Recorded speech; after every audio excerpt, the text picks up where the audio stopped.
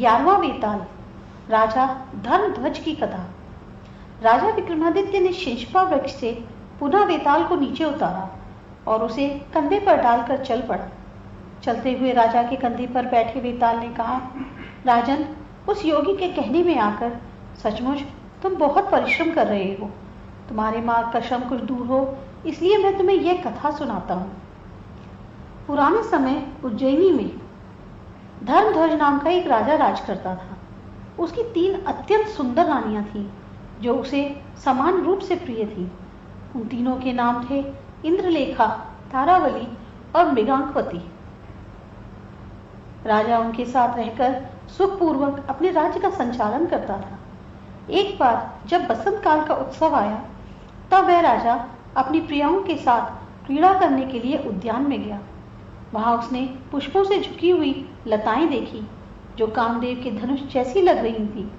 उनमें गुनगुन करते भंवरों का समूह प्रत्यंचा के समान लगता था, जिसे मानो बसंत ने स्वयं ही सजाया हो। ऐसे खूबसूरत वातावरण में राजा ने अपनी स्त्रियों के पीने से बची उस मदिरा को पीकर प्रसन्नता पाई, जो उनके निश्वास से सुगंधित थी और उनके होठों की तरह लाल थी। राजा ने खेल ही खेल में रानी इंद्रलेखा की चोटी पकड़कर खींची, जिससे उसके कानों पर से कमल का फूल खिसक कर उसकी गोद में आ गिरा। उस फूल से आघात से उस कुलवती रानी की जांघ पर घाव हो गया और वह हाय हाय करती हुई मूर्छित हो गई। यह देखकर राजा और उसके अनुचर घबरा गए। राजा ने जल मंगवाकर रानी के मुंह पर पानी की छींटे मारी तो रानी होश में आई। अनंतर राजा उसे अपने महल में लाया और राजवैद्य से उसका उपचार करने को कहा। 2 वैद्य तत्काल ही रानी के उपचार में जुट गए। उस रात इंद्रलेखा की हालत में सुधार देखकर राजा अपनी दूसरी पत्नी तारावली के साथ चंद्रप्रसाद नामक महल में गया। वहां तारावली राजा की गोद में सो गई। उसके वस्त्र खिसक गए थे, जबकि उसके शरीर पर खिड़की की जालियों से होकर चंद्रमा की किरणें पड़ी।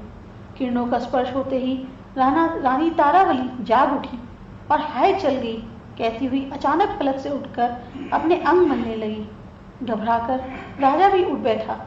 राजा ने तारावली के उस अंग पर सचमुच ही फफोले पड़ गए थे। तारावली ने बताया, स्वामी, नंगे शरीर पर पड़ी हुई चंद्रमा की किरणों से मेरी यह हालत हुई है। तब राजा ने परिचारिकाएं बुलाई और उन्होंने अपनी रानी के लिए गीले कमल पत्रों की सेज बिछवाई एवं उसके शरीर पर चंदन का लेप लगाया। इसी बीच तीसरी रानी मृगांकवती भी जाग उठी।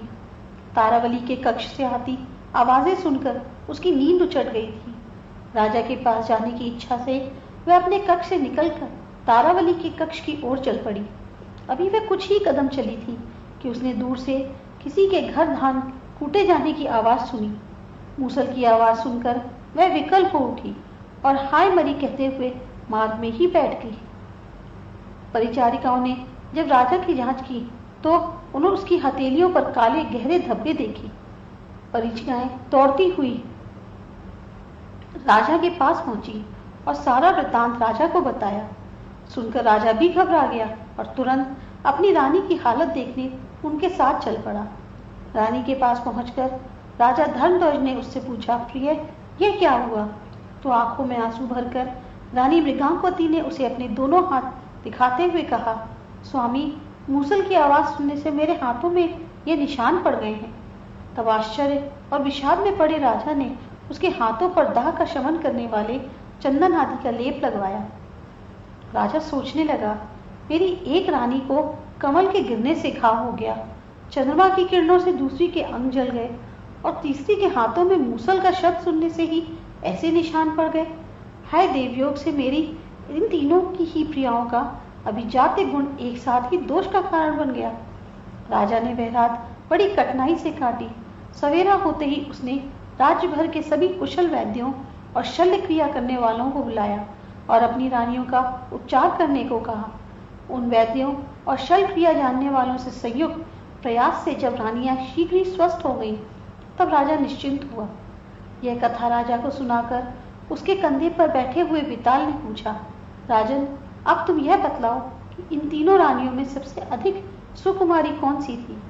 जानते हुए भी यदि तुम मेरे इस प्रश्न का उत्तर ना दोगे तो तुम पर पहले कहा हुआ शाप पड़ेगा। यह सुनकर राजा ने कहा, बेताल, उन सब में सबसे सुकुमारी थी रानी मृगांकवती, जिसने मूसल को छुआ भी नहीं, केवल उसकी आवाज से ही उसके हाथों में दाग पड़ गए थे। बाकी दोनों तो कमल एवं चंद्र किरणों के स्पर्श से घाव तथा फफोले हुए थे, अतः वे दोनों उसकी बराबरी नहीं कर सकती थी। राजा ने जब वेताल को एक ऐसा सटीक उत्तर दिया तो वेताल संतुष्ट होकर पुनः उसके कंधे से उतरकर उसी शिंशपा वृक्ष की ओर चला गया। राजा विक्रमादित्य एक बार फिर उसे लाने के लिए उसी दिशा में चल पड़ा।